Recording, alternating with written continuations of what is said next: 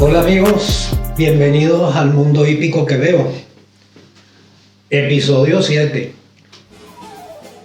Bueno, hoy tenemos un tema bastante controvertido porque buena parte de las conclusiones y de los argumentos que demos se basan unos en experimentación hecha directamente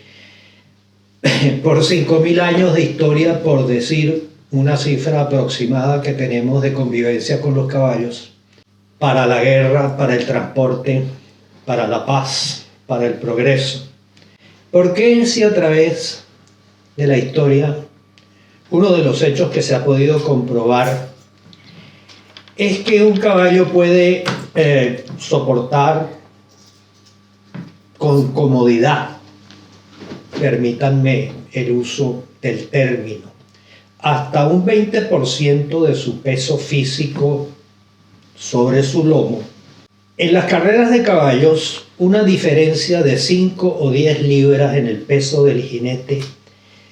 puede hacer la diferencia entre el triunfo y la derrota. Tras esa pregunta, que puede parecerle inocente a algunos, hay, como he dicho, todo un bagaje de respuestas, unas que dependen de la experimentación directa sobre las pistas de carreras y otras que obedecen a nada más y nada menos que la segunda ley de Newton. Y no pretendo hacer de esta charla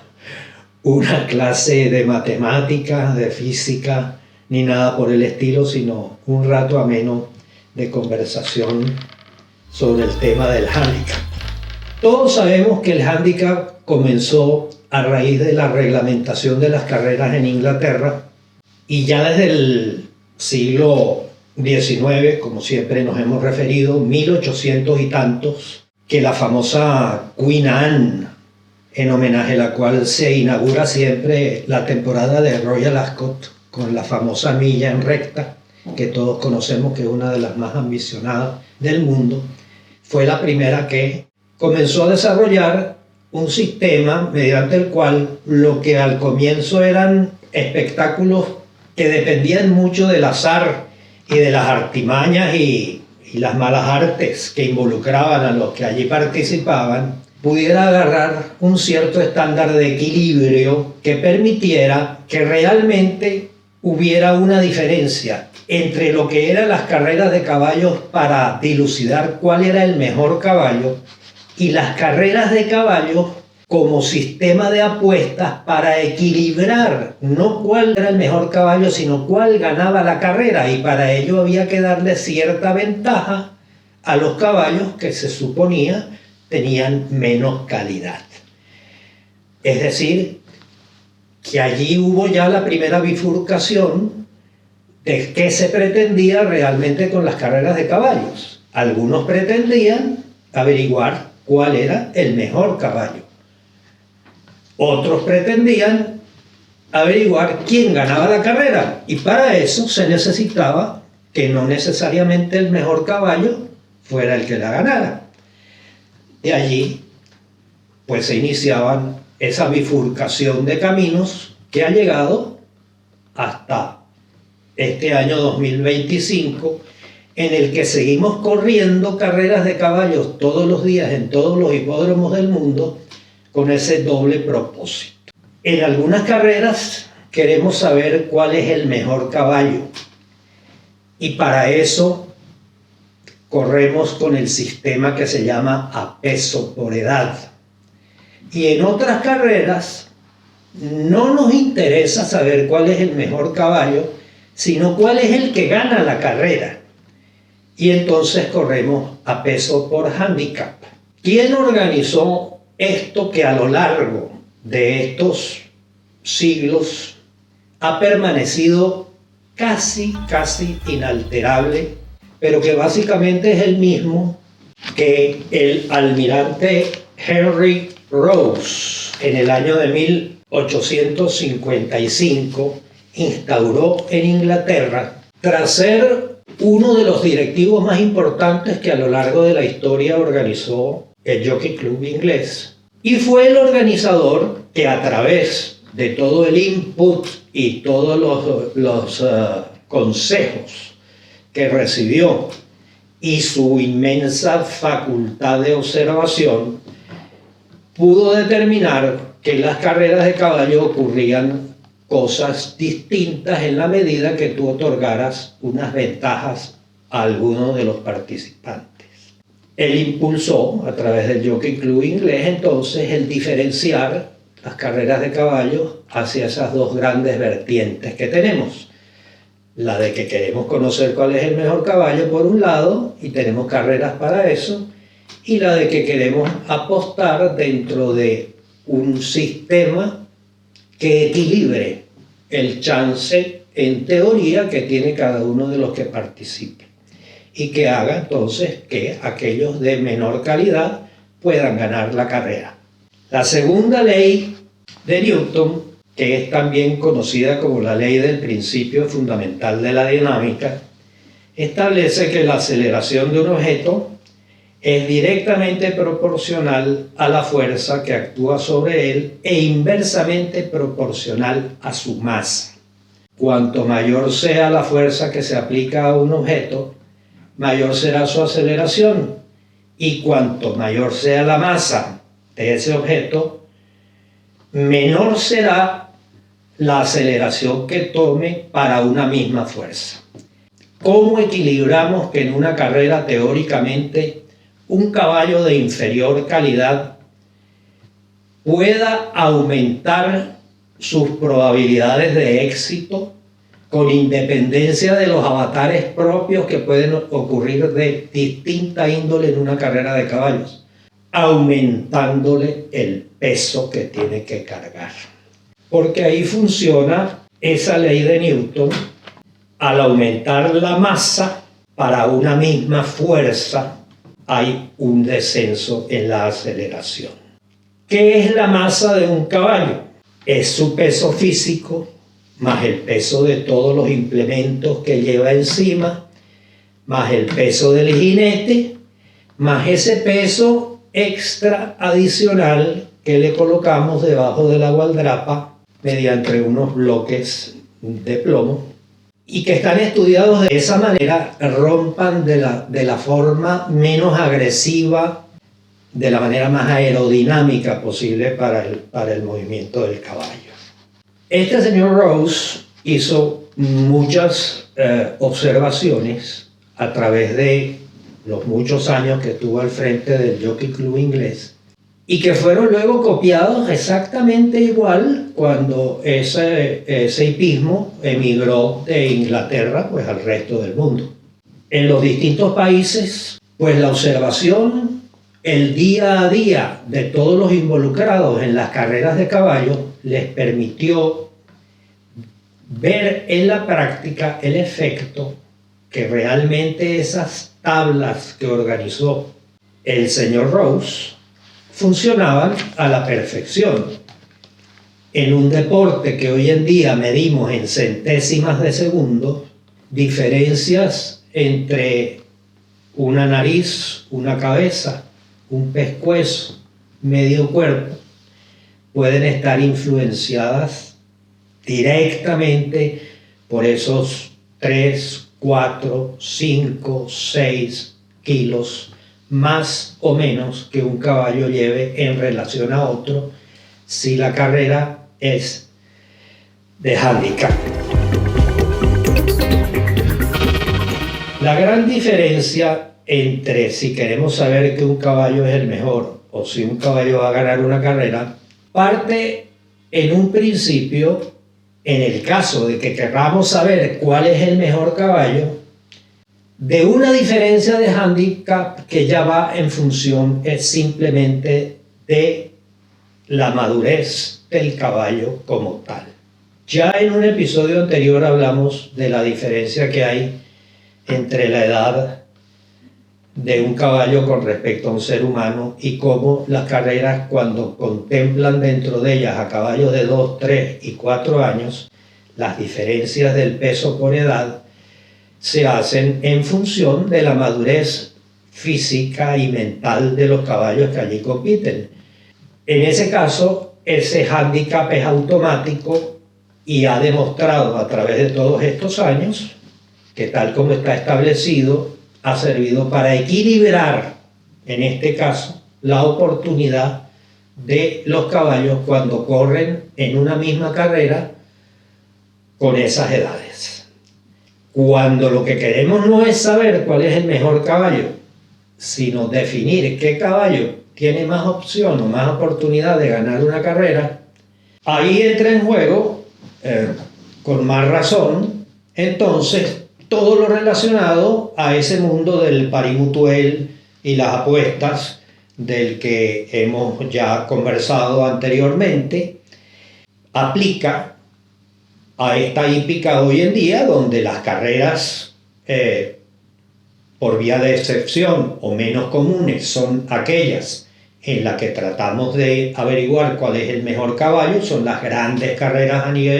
nivel mundial, las carreras estelares de nuestros programas en todos nuestros respectivos países, pero lo que nutre realmente el número de carreras en cada tarde en cualquier hipódromo del mundo no es justamente las carreras selectivas, las carreras que llamamos de grupo 1 o de grado 1, que son aquellas que demuestran, en el caso de potrillos, de potrancas, de yeguas, de caballos, de ciertas edades, de edades combinadas, de hemisferio norte y hemisferio sur, todo ese tipo de carreras pretenden demostrarnos a lo largo del año cuáles son los mejores caballos del mundo, pasan a ser la punta del iceberg dentro de todo el sistema de carrera de caballos del mundo. De una tarde de carreras donde haya, salvo festivales muy especiales como son la Breeders' Cup,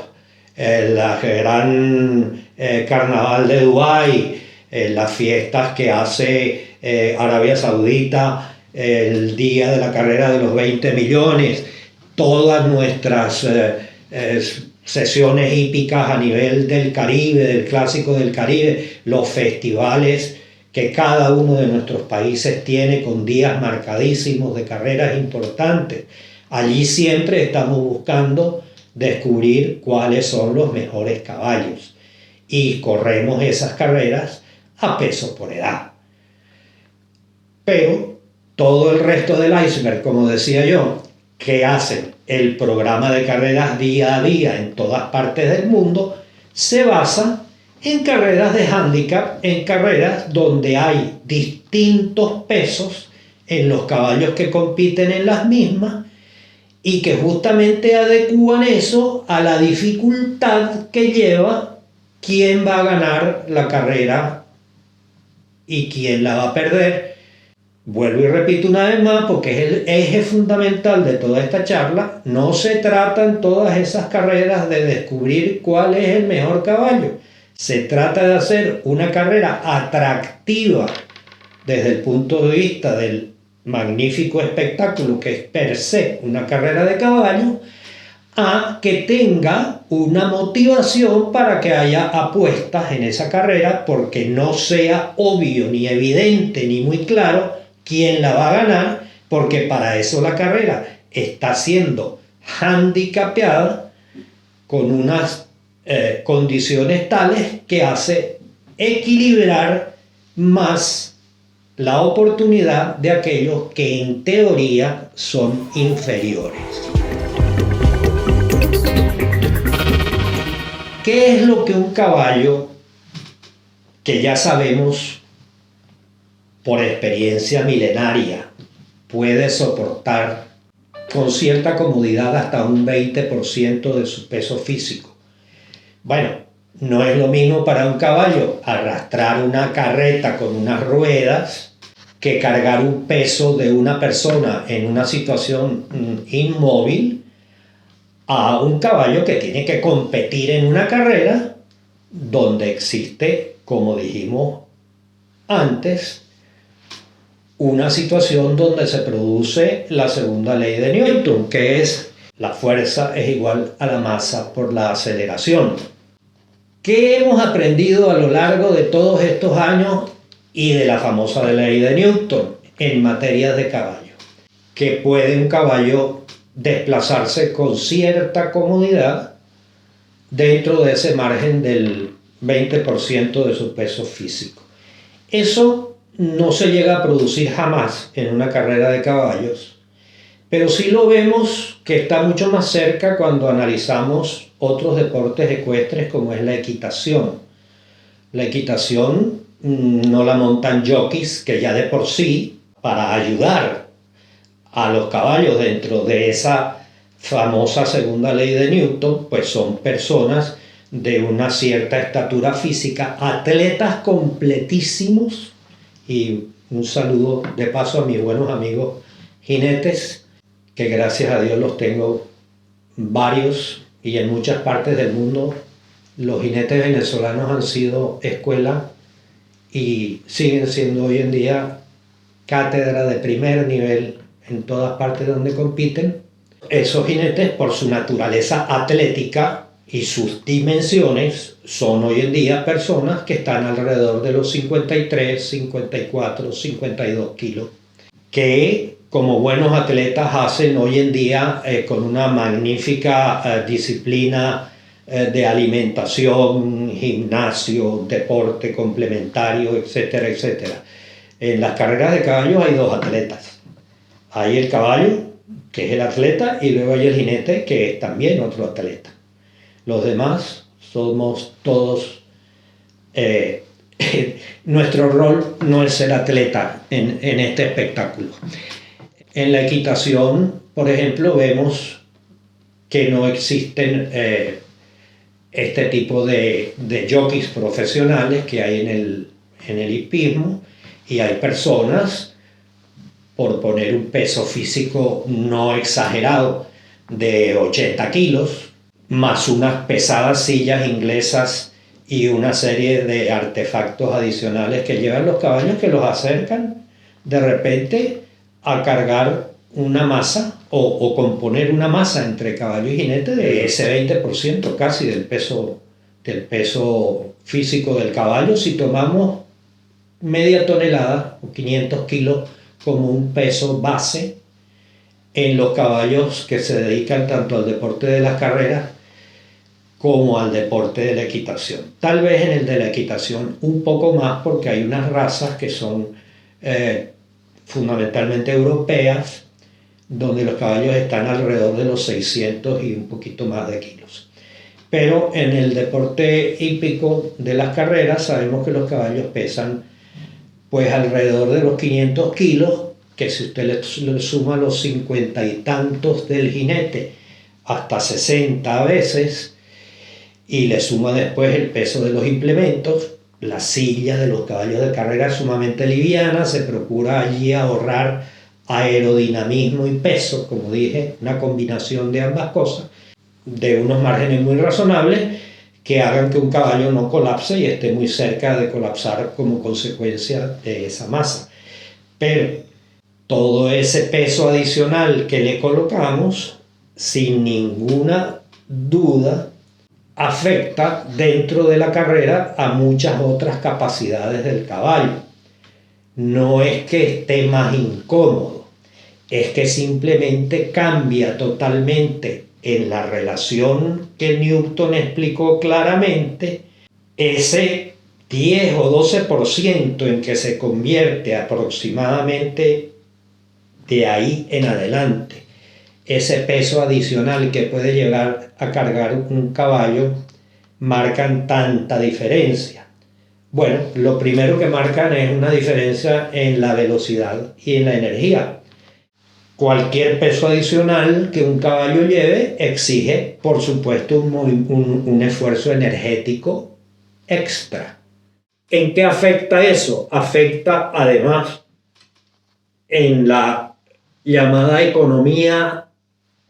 en la zancada, en la batida, en el tranco, como se diga en cada uno de sus países. La batida es, digamos, toda aquella distancia que recorre un caballo desde el lugar donde pone su primera mano hasta que vuelve a ponerla esa mano. Eso es una batida de un caballo. Este peso extra en un caballo supone que aproximadamente cada furlong o cada 200 metros en nuestra equivalencia métrica, un caballo pierde aproximadamente medio metro. Pues evidentemente en una carrera de 1 milla o de 8 furlongs habré perdido 2 metros, si mal no me equivoco en el cálculo. Dependiendo de si en esa carrera, a lo largo de los incidentes que ocurren en la misma, no tengo otras pérdidas de espacio por razones propias de que un grupo de caballos corriendo conjuntamente se estorban unos a otros, normalmente al borde del foul para evitar ser distanciados o descalificados, y todo eso al final, sumado a esos kilos de más, pueden producir una pérdida, como he dicho, que está medida por la experiencia tomada en las pistas de carreras. Eso es algo que lo podemos experimentar cualquiera de nosotros como ser humano si nos ponemos una mochila en la espalda y nos vamos a caminar o a trotar o a hacer algún ejercicio. Exactamente igual le ocurre a un caballo que vaya más pesado que otro en una carrera. Otra cosa importante al colocar estos pesos es que en la naturaleza del caballo, no ya en su parte simplemente física, sino en su temperamento, no todos tienen una misma sensibilidad al peso. Y no a la cantidad del peso, sino a la sensación de algo incómodo o extraño a ellos en su lomo. En ese tipo de situaciones, un buen entrenador resuelve buscando un jinete más pesado y no usando los plomos adicionales. Hay otros caballos al revés. Se sienten perfectamente cómodos con ese peso a los lados debajo de su gualdrapa, que les molesta menos que el peso que le puede causar un jinete, que normalmente no son, por su propia naturaleza, los mejores o los que montan los caballos más importantes en ninguna carrera, porque nadie daría una ventaja adicional por montar un jockey más pesado que lo que el caballo necesitara en un momento dado. Pero bueno, este es un tema, amigos, que da para mucho, y yo podría, tal vez terminamos esto con un ejemplo práctico, un modelo de un caballo de 500 kilos que lleve, por ejemplo, 54 kilos. Eso es muy común en una carrera hoy en día. Ese caballo gana la carrera por medio cuerpo. Si a ese caballo usted le sube 4 kilos, es decir, en su próxima carrera lo lleva a 58 kilos, le varía hasta cerca del 12%. Si él hiciera la misma carrera que hizo cuando llevaba los 54 kilos, podría ser que no rematara igual. Esa resistencia a esos 4 kilos adicionales pudieran significarle una diferencia lo suficientemente pequeña para que perdiera la carrera. Usamos en nuestros países estas diferencias entre 2 y 4 kilos y medio en el caso de que hablemos de las diferencias primeras de peso por edad, donde buscamos cuál es el mejor caballo de una carrera. Pero las variamos en las kilos o libras que sean necesarias cuando lo que queremos es una carrera de handicap, donde no necesariamente estamos buscando quién es el mejor caballo, sino quién es el que puede rendir un mejor espectáculo, darle vida a ese motor. El juego al cual siempre que yo menciono, nuevamente lo refiero como que sea un juego deportivo, entretenido, que se ajuste al presupuesto lógico de cada quien, que implique una diversión sana entre amigos y un aliciente para disfrutar una hermosa tarde de carrera en cualquier parte del mundo. Amigos, hasta cualquier hora.